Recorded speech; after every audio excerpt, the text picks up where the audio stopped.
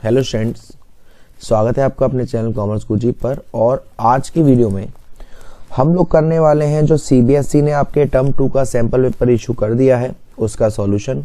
और कोशिश करूंगा मैं कि इस एक ही वीडियो में आपका ये पूरा जो डाउट है, जो कंसेप्ट है, वो मैं क्लियर कर दूं, ठीक है ना, ताकि आपको कोई दिक्कत ना आए। चलिए स्टार्ट करते हैं। सबसे पहले इस पेपर में आपके लिए कोई चॉइस नहीं है, 12 क्वेश्चंस आने वाले हैं और 12 के 12 आपको करने हैं। 2 सेट होंगे आपका, पार्ट ए और पार्ट बी। पार्ट ए आपका कंपलसरी है, पार्ट बी में वही आपका एनालाइजेशन ऑफ फाइनेंशियल स्टेटमेंट और कंप्यूटराइज्ड काउंटिंग आएगी, ठीक है ना। चलिए तो अब यहाँ जैसे पहला क्वेश्चन दिख रहा है, क्वेश्चन को स्टार्टिंग में ही आपको दिख रहा है कि यहाँ पे ये जो क्वेश्चन है वो हमारे एनपीओ का क्वेश्चन आपको दिख रहा है, ठीक है ना। एक सेकंड रुकिएगा, इससे थोड़ा सा, हाँ ठीक है, हाँ जी।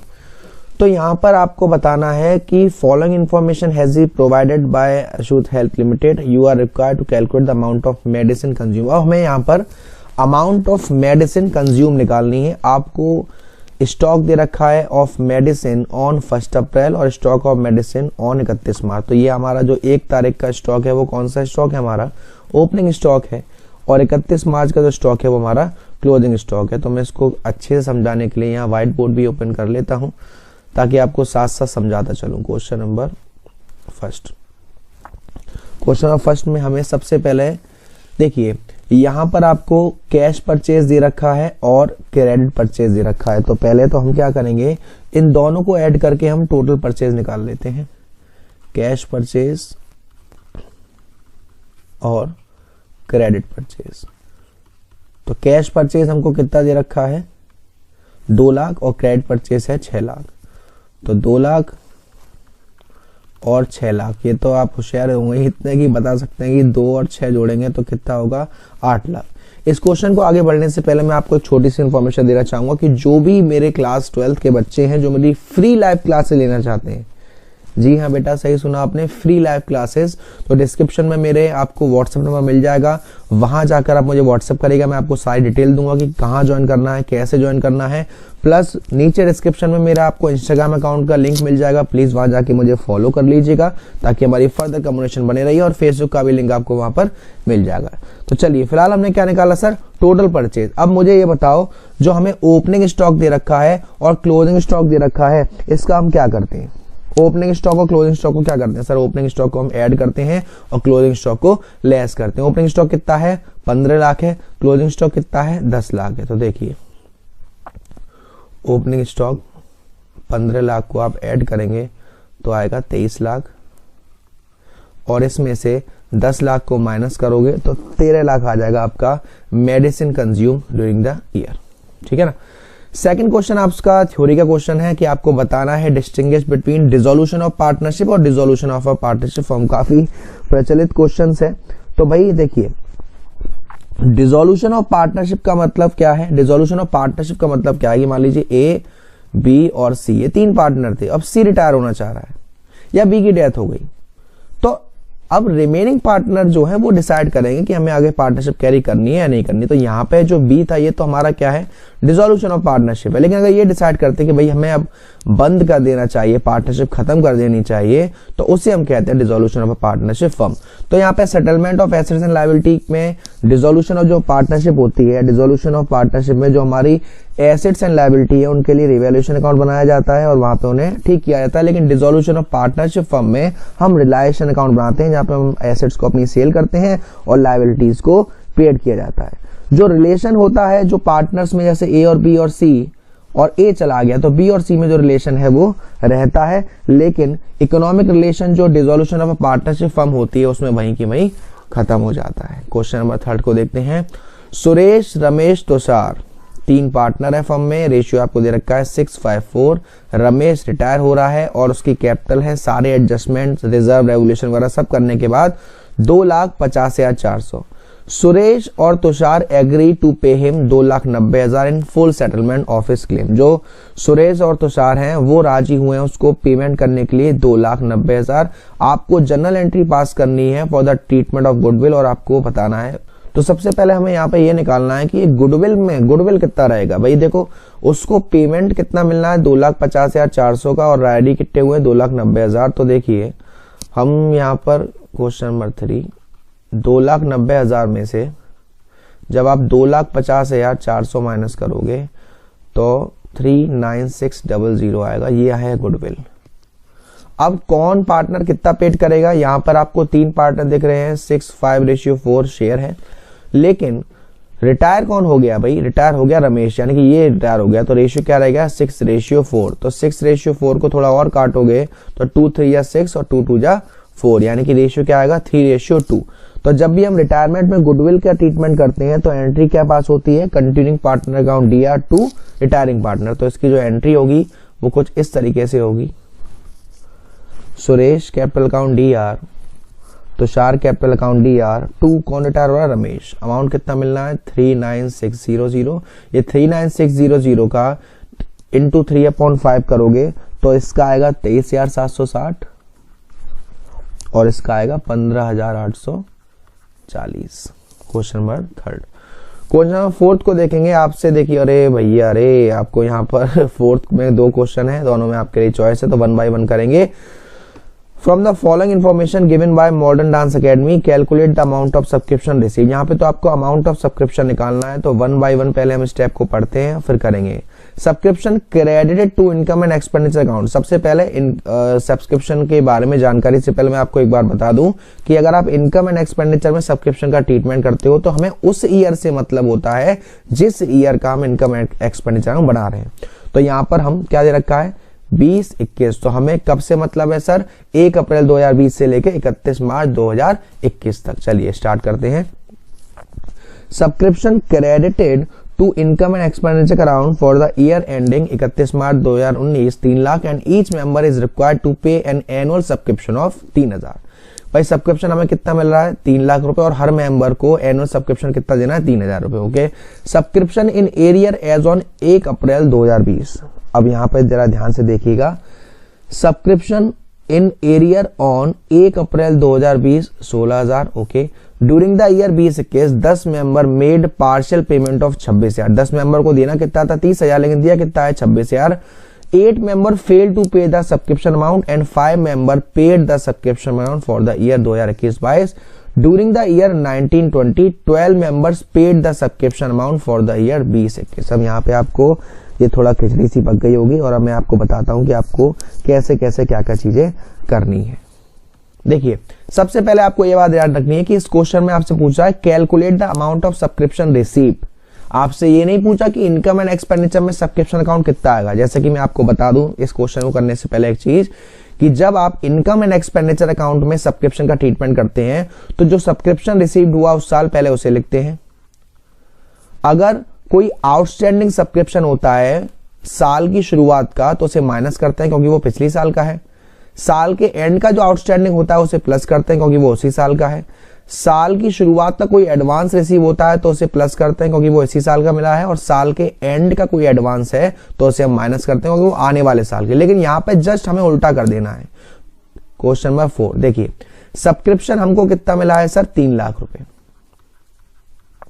ओके, अब यहां पे आपसे कह रहा है कि साल की शुरुआत में 16,000 रुपए आउटस्टैंडिंग है, तो हम यहां पर उल्टा करेंगे, क्या करेंगे लेस करेंगे, सॉरी ऐड करेंगे 16,000 3,16,000। उसके बाद आगे क्या कह रहा है, आगे कह रहा है 10 मेंबर्स को पेमेंट कितना करना था 30,000 करना था, करा कितना है 26,000, यानी 4,000 का पैसा ये नहीं आया। 8 मेंबर ने पैसा नहीं दिया तो 8 इंटू 3 24,000 ये नहीं आया, तो 24,000 और ये 4,000 ये हमारा क्या होगा लेस होगा क्योंकि साल के एंड का आउटस्टैंडिंग है 24,000 और 4,000, तो ये मैं कर दे रहा हूं 28,000। उसके बाद 5 member paid the subscription amount for the year 21-22। भाई 21-22 के लिए 5 मेंबर्स ने अपना अमाउंट पेड कर दिया है, तो 3,000 इंटू 5 15,000, इसको हम क्या करेंगे ऐड करेंगे। 12 member paid the subscription amount for the year 2021, साल के शुरू में पेड कर दिया, तो 12 मेंबर यानी कि 3,000 इंटू 12 36,000 को हम क्या करेंगे माइनस करेंगे। अगर जिन बच्चों के माइंड में थोड़ी खिचड़ी पक रही हो कि सर ये कैसे क्या ट्रीटमेंट हो रहा है, मैं आपको बता दूं। जस्ट हम उल्टा करते हैं क्योंकि हम अमाउंट रिसीव निकाल रहे हैं। बिगनिंग की आउटस्टैंडिंग वैसे हम माइनस करते हैं क्योंकि वो पिछले साल की है, लेकिन यहाँ हम प्लस करेंगे। साल के एंड की आउटस्टैंडिंग हम वैसे प्लस करते थे, लेकिन यहाँ हम माइनस करेंगे, ऐसे ही एडवांस में। तो ये पूरा ट्रीटमेंट जब आप करोगे तो आपका आंसर आएगा 2,67,000।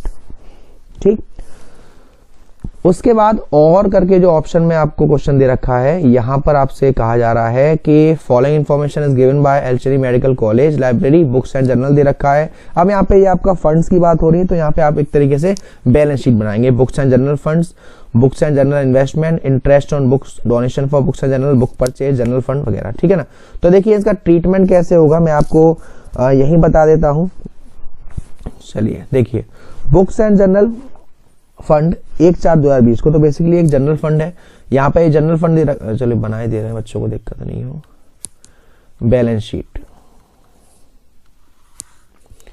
यहाँ पे लायबिलिटीज और यहाँ पे एसेट्स। तो पहला बेसिकली जनरल फंड लिखेंगे और जनरल फंड का जो अमाउंट दे रखा है वो दे रखा है हमें 10 लाख। 10 लाख का अमाउंट ये रहा। ठीक है ना। उसके बाद आप शुरुआत करते हैं। बुक्स एंड जनरल फंड कितना है? 4,50,000। ओके, तो ये 4,50,000 अलग से जाएगा।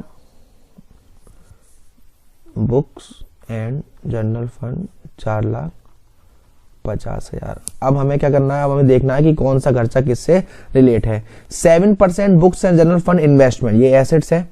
कहाँ आएगा? एसेट साइड में 7% बुक्स एंड जनरल इन्वेस्टमेंट कितना था?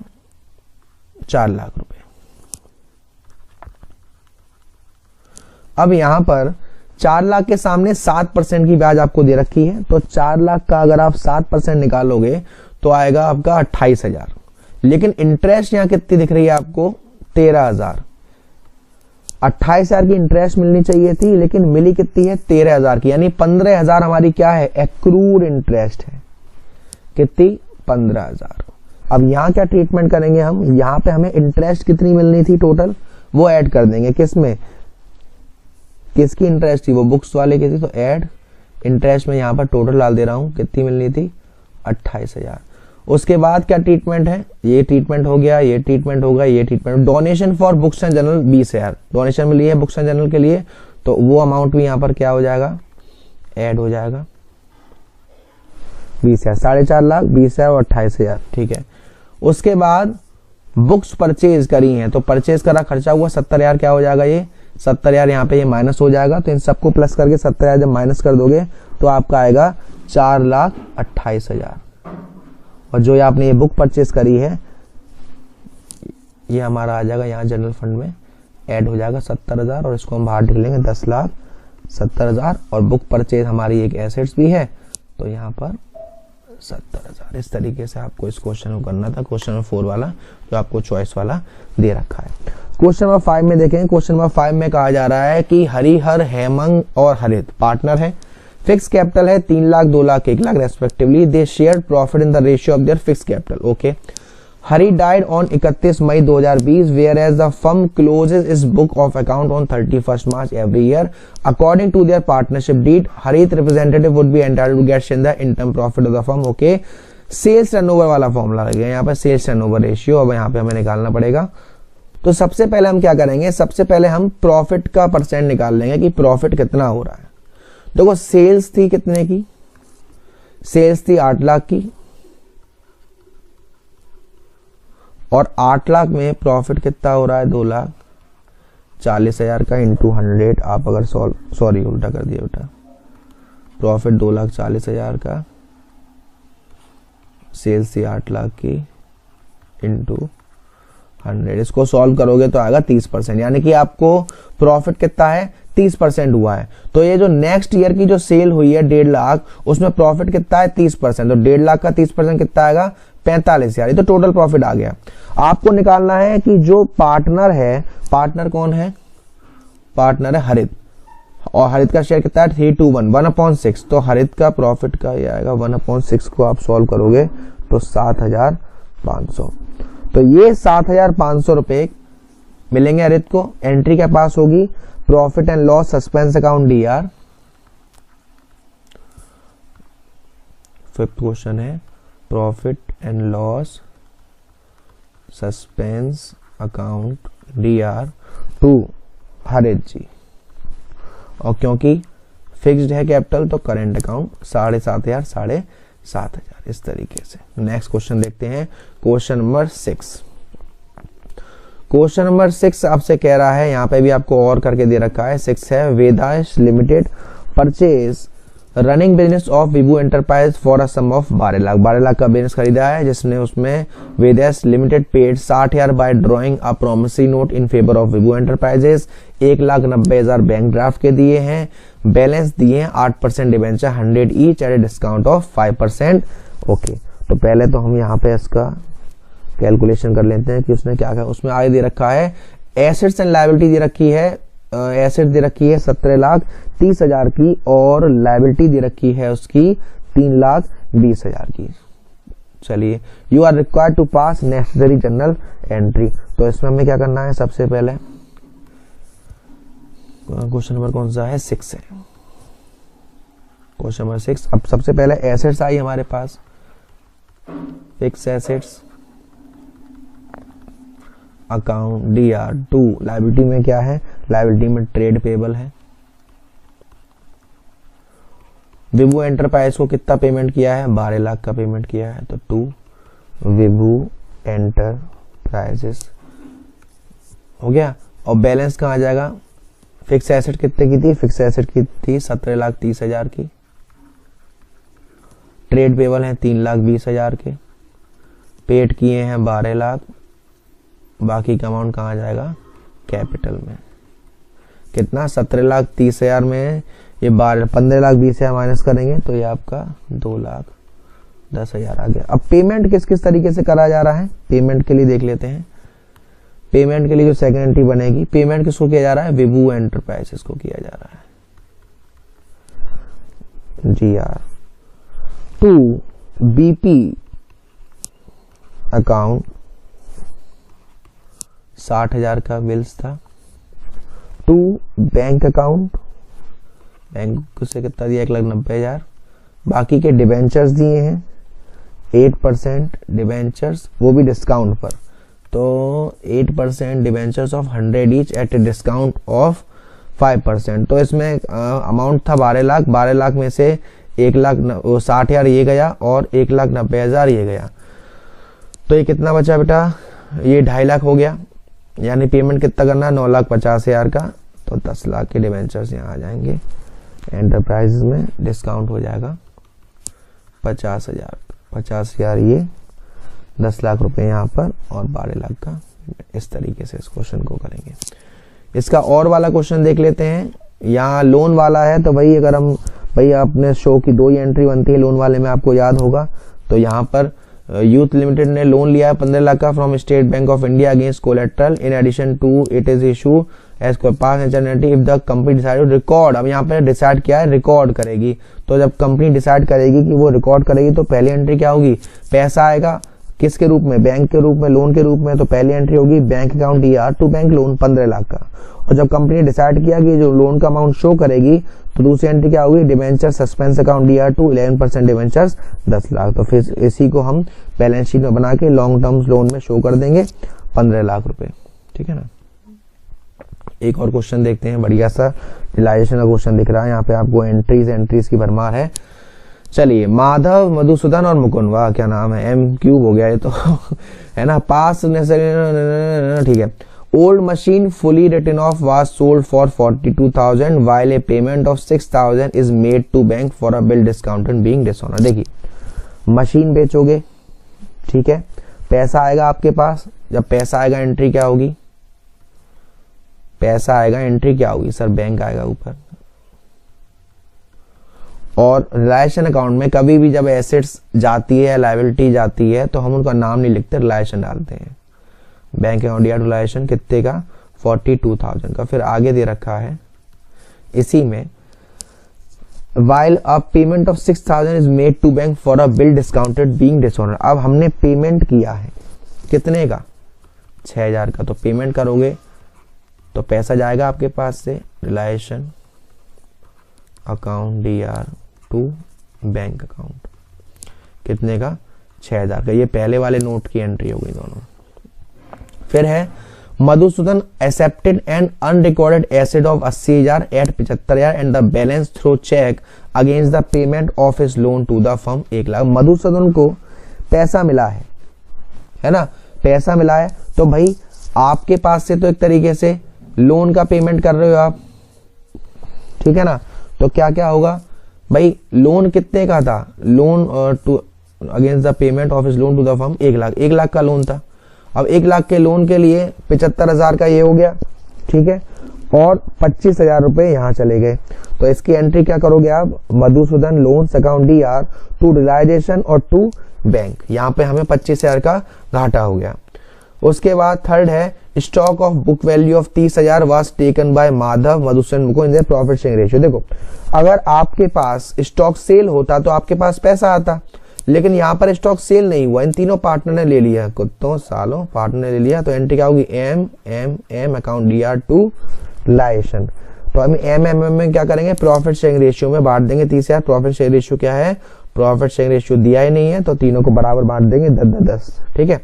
The firm had paid licence expenses amounted to 5,000 on behalf of Mukund. Firm ने मुकुंद के बिहाफ पर लाइसेंस एक्सपेंसेस पेड किए। तो फर्म ने पेड तो किए, फर्म के पास से तो पैसा गया, तो 2 में तो बैंक आएगा, लेकिन उनके नजर में क्या है, किसके ब्याह पे किए, मुकुंद के ब्याह पे। तो पैसा आपको कौन देगा, मुकुंद देगा। तो Mukund capital account DR to bank account 5,000 रुपए। फिर फिफ्थ है there was a vehicle loan of 2 lakh which was paid by surrender of asset to the bank at an agreed value of 1,40,000 and the shorter was met from funk bank account. देखो 2 लाख का loan था जिसके लिए 1,40,000 की asset चली गई, तो इसकी तो कोई एंट्री पास नहीं होगी। बैलेंस जो पैसा दिया है वो दिया है, कितना दिया है 60,000, तो एंट्री क्या होगी, realisation account DR to bank account 60,000। ओहो, और करके ऑप्शन भी है, क्या बात है, क्या बात है, क्या बात है, सही है। पेपर इसका मतलब काफी अच्छे लेवल का आने वाला है आपके लिए। चलिए सबसे पहले इसमें रिवैल्यूएशन अकाउंट बनाएंगे। क्वेश्चन नंबर कौन सा है ये, क्वेश्चन नंबर 7 का ऑप्शन वाला, ठीक है। क्वेश्चन नंबर 7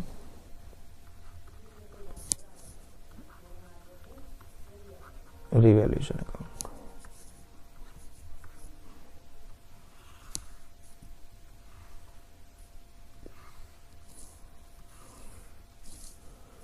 चलिए bad debts amounted to 5,000, a provision for doubtful debts was to be maintain at 10% on debtors. तो देखो इसको ध्यान समझिएगा, देखिए पहले में कह रहा है bad debts amounted to 5,000, a provision for doubtful debt was to maintain 10% on debtors. देखो बैड डेब्ट्स कितना हो गया 5,000, हमने प्रोविजन कितने के बनाए हुए थे 2,300 रुपए के, यानी कि और कितना घाटा हो गया बैड डेब्ट्स में 2,700। तो रिवैल्यूएशन में घाटा कहां जाता है, डेबिट साइड 2,700 यहां डाल दिए। अब क्वेश्चन में क्या जा रहा है, कहा जा रहा है 10% के डेप्टर्स आपको और बना, 10% के प्रोविजन आपको और बनाने हैं।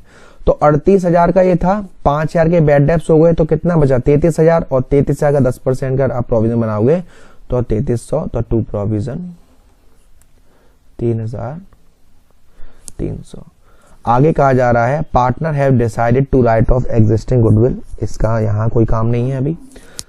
गुडविल दे रखी है, उससे भी अभी कोई काम नहीं है। The asset and liability value, inventories 1,30,000 की हो गई और पहले थी 1,34,000 की, यानी कि 4,000 रुपए, और 4,000 रुपए से इन्वेंट्री कम हो गई, टू इन्वेंट्री 4,000 रुपए। उसके बाद आपसे क्या कह रहा है, मशीनरी हो गई 82 की, पहले थी 1,00,000 की, 18,000 से ये भी कम हो गई, टू मशीनरी 18,000। उसके बाद फर्नीचर की वैल्यू हुई 1,95,000, पहले थी 1,80,000, तो 15,000 से बढ़ गई, बाय फर्नीचर 15,000। बिल्डिंग की वैल्यू 5,70,000 थी, अब हो गई 6,00,000, तो 30,000 से ये भी बढ़ गई, बाय बिल्डिंग 30,000।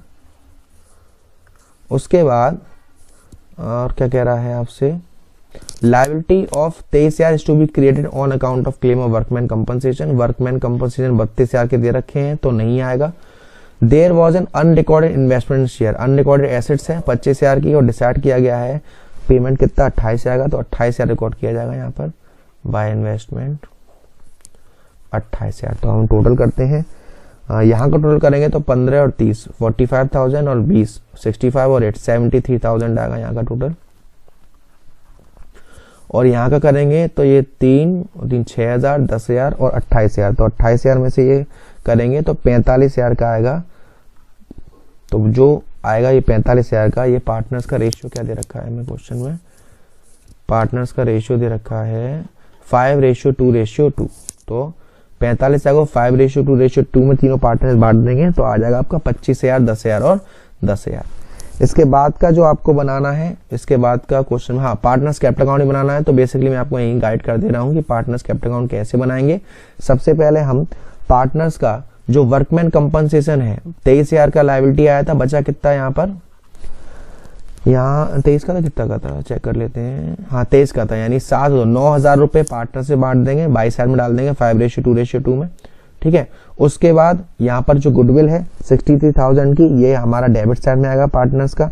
उसके बाद जो पार्टनर्स ने ले लिया टेकन ओवर वगैरह वो आ जाएगा, लोन का रूप में आ जाएगा। उसके बाद जो पार्टनर्स की कैपिटल थी ये हम कैश साइड में डाल देंगे, जो आपको रिवैल्यूएशन में आपको प्रॉफिट हुआ वो डाल देंगे, ठीक है ना।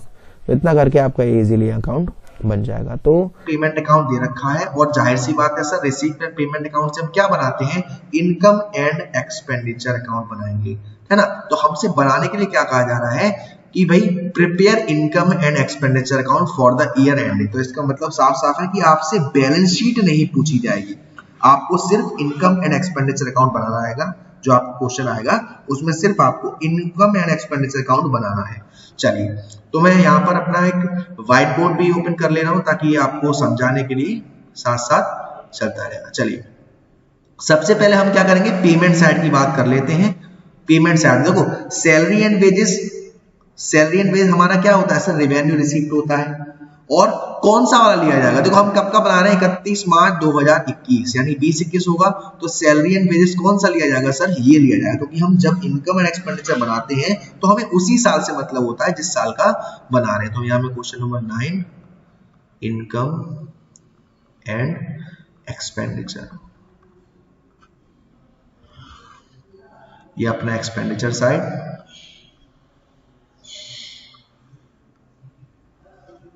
ये अपना इनकम साइड, एक्सपेंडिचर डेबिट में और इनकम क्रेडिट में, इस तरीके से। चलिए स्टार्ट करें। सबसे पहले यहां पे क्या आएगा sir, to salary and wages. कितना अमाउंट बताया मैंने बेटा, 1,03,200। चलिए नेक्स्ट देखते हैं। उसके बाद by salary expenses 47,000, by refreshment expenses 60,400, ये भी हमारे रेवेन्यू एक्सपेंडिचर ही है, तो ये दोनों आएंगे। Salary expenses to salary expenses 47,000 और टू रिफ्रेशमेंट एक्सपेंस 60,400। देन उसके बाद बाय टेलीफोन बिल आपको दे रखा है 5,000 रुपए का। यहां एक बार देख लेंगे, यहां पर हमें टेलीफोन बिल के रिगार्डिंग कुछ एडिशनल इंफॉर्मेशन दे रखी है। क्या दे रखा है, telephone bill unpaid as on 31 March 2020 was 4,000। अब ये जो 4,000 रुपए है आउटस्टैंडिंग है और साल के शुरू में ही आउटस्टैंडिंग है, तो ये इस साल का तो होगा नहीं, पिछली साल का होगा।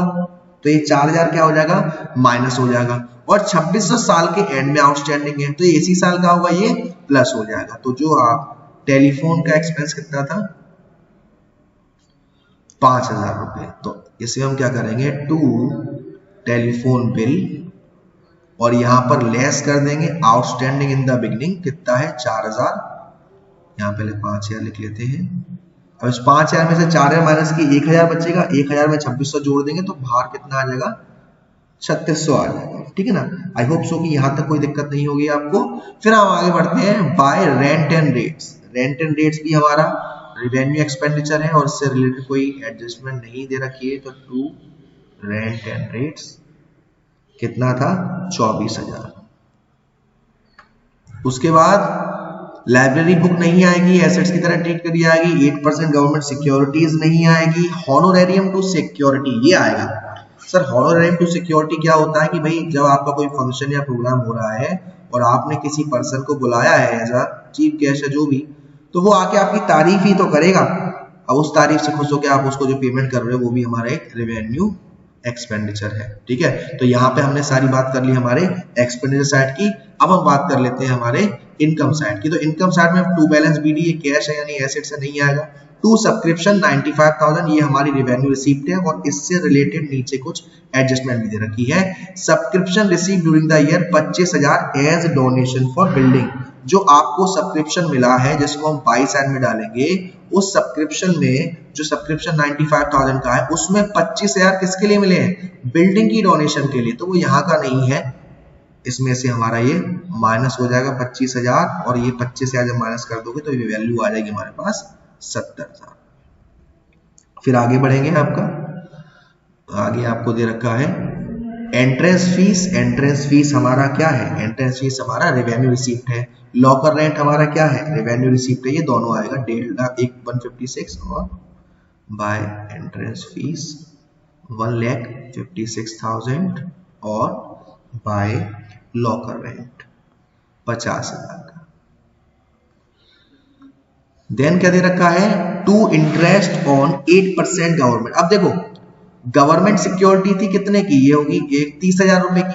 30,000 का 8% अगर आप निकालोगे तो कितना आएगा सर? 30,000 का अगर हम 8% निकालेंगे, ये मेरे को थोड़ा गलत लग रहा है, एक सेकंड रुकिए। ये वैल्यू इसकी, ये इसकी, ये इसकी, ये इसकी, ये इसकी, ये इसकी, हाँ ठीक है। अब यहाँ पर हमसे कह रहा है नीचे भी कुछ सिक्योरिटी दे रखा है क्या? हाँ ये दे रखा है वैल्यू ऑफ 8% गवर्नमेंट सिक्योरिटी दे रखी है 80,000 की। 80,000 का 8% कितना होगा? 6,400। और आपको इंटरेस्ट कितना मिला है? 5,400, यानी 1,000 की जो इंटरेस्ट है वो क्या है? एक्रूड है। कमा तो ली लेकिन अभी मिली नहीं, तो बाय इंटरेस्ट 8% उसमें 5,400 में 1,000 रुपए इंटरेस्ट एक्रूड के आप जोड़ दोगे तो वो हो जाएगा 6,400। फिर आपसे आगे कह रहा है टू रेवेन्यू फ्रॉम रिफ्रेशमेंट, तो ये भी हमारे लिए रेवेन्यू रिसीप्ट है 52,000। कहाँ डालेंगे हम? इनकम साइड में।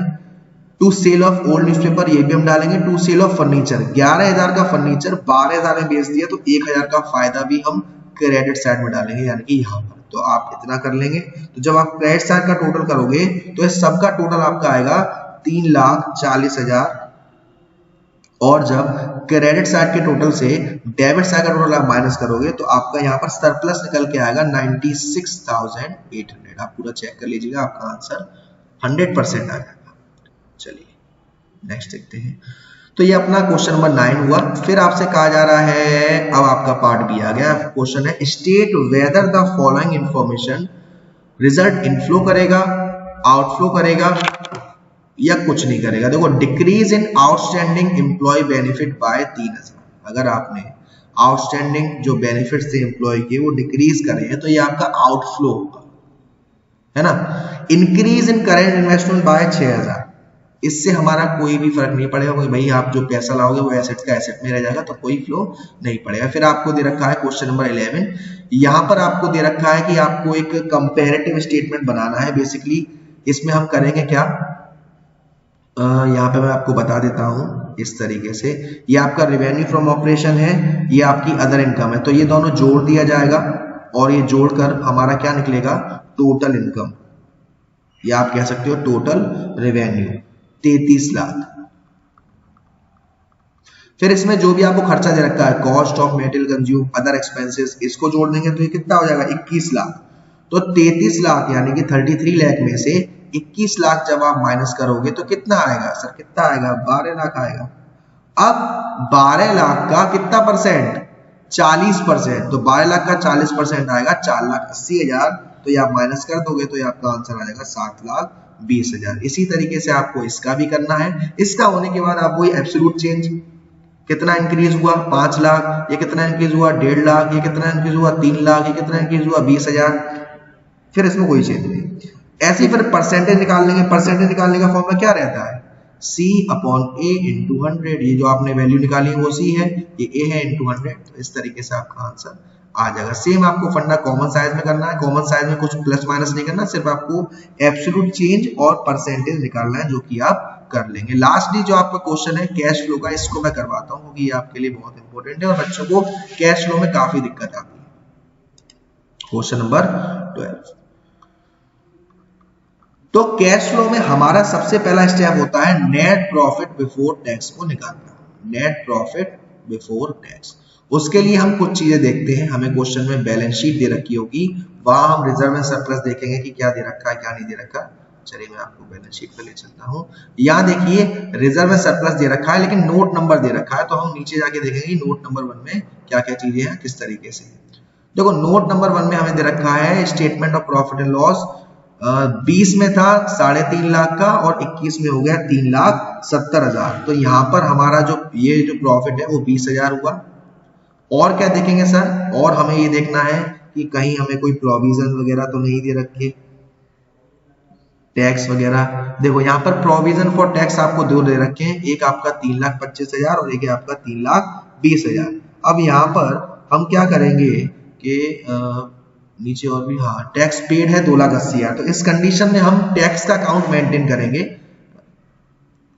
जिसमें हम क्या करेंगे कि जो आपका ये जो पेड वाला है उसको डेबिट साइड डालेंगे 2,80,000। उसके बाद करेंट ईयर का यहाँ डालेंगे, प्रीवियस ईयर का साइड, और डिफरेंस निकाल लेंगे तो डिफरेंस आएगा 2,75,000, यानी कि ये भी हमारा प्रॉफिट में ऐड हो जाएगा। तो नेट प्रॉफिट कितना हो जाएगा 2,75,000 का टोटल 2,95,000। तो ये तो अपना आ गया नेट प्रॉफिट। नेट प्रॉफिट के बाद हम क्या करते हैं सर, एडजस्टमेंट करते हैं। जो भी आपको नेट प्रॉफिट में फायदा हुआ था उसको माइनस और जो घाटा हुआ था वो प्लस। तो जैसे डेप्रीशिएशन, तो क्वेश्चन में आपको प्रोविजन फॉर डेप्रीशिएशन भी दिख रहा होगा। यहाँ पर आपका प्रोविजन फॉर डेप्रीशिएशन कितना है, 1 लाख से 1,60,000, यानी कि 60,000 का तो हमारा क्या हो गया, डेप हो गया, डेप 60,000। देन उसके बाद कोई इंटेंजिबल एसेट पेटेंट है, पेटेंट 3,10,000 से 3,02,000 हो गई, यानी कि एमोर्टाइज हो गई, वैल्यू कम हो गई, तो ये 8,000 भी घाटा है जो कि प्लस में जाएगा। आप कह सकते हो पेटेंट्स 8,000। उसके बाद यहाँ पर आपको दिख रहा है कि डिबेंचर व रिडीम ऑन 1 अप्रैल और 10% डिबेंचर, तो डिबेंचर के साथ 10% लगा हुआ है, 10% किस पर निकलेगा 2 लाख पे, तो 2 लाख का 10% कितना हो जाएगा 20,000 सर। ये तीनों चीजें तो ऐड में जाएंगी, 60,000 और 20 और 8, 68,000। तो 88,000 और इसको आप जब जोड़ोगे तो आएगा ये 3,83,000। इसमें कुछ भी लेस वाला नहीं था तो हमने लेस नहीं करा है। ये आपका जो 3,83,000 आया वो निकल के आया अपना क्या, operating profit before working capital changes, 3,83,000। अब अपन क्या करेंगे, अब अपन जो वर्किंग कैपिटल है वो करेंगे। अगर आपकी कोई लायबिलिटी इंक्रीज हो रही है या करंट एसेट डिक्रीज हो रही है तो उसे ऐड, और इसका जस्ट उल्टा लेस। हम चलते हैं करंट लायबिलिटी और करंट एसेट्स की तरफ। तो यहाँ पर करंट एसेट्स में देखिए इन्वेंट्री आपको दे रखा है 2,70,000 से 2,90,000 हो गया।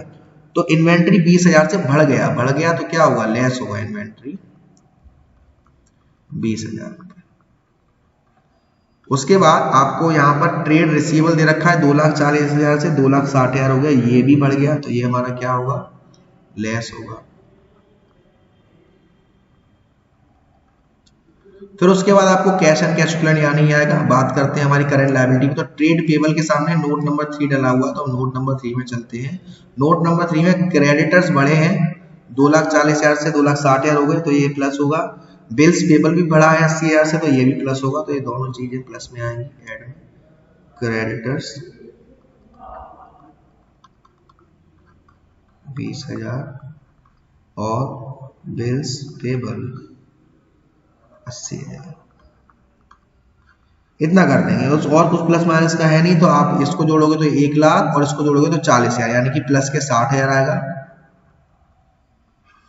तो ये टोटल कितना आ जाएगा 4,43,000। अब इसमें जो हमने करंट ईयर का जो टैक्स पेड किया था 2,80,000 जो आपको एडिशनल इन्फॉर्मेशन दे रखा था उसको इसमें से माइनस कर देंगे, तो आपका आएगा cash flow from operating activities 1,63,000। अगर आपका ये आंसर माइनस में आ रहा होता तो आप डालते net cash used in operating activity. अब हमें मतलब है इन्वेस्टिंग एक्टिविटी से।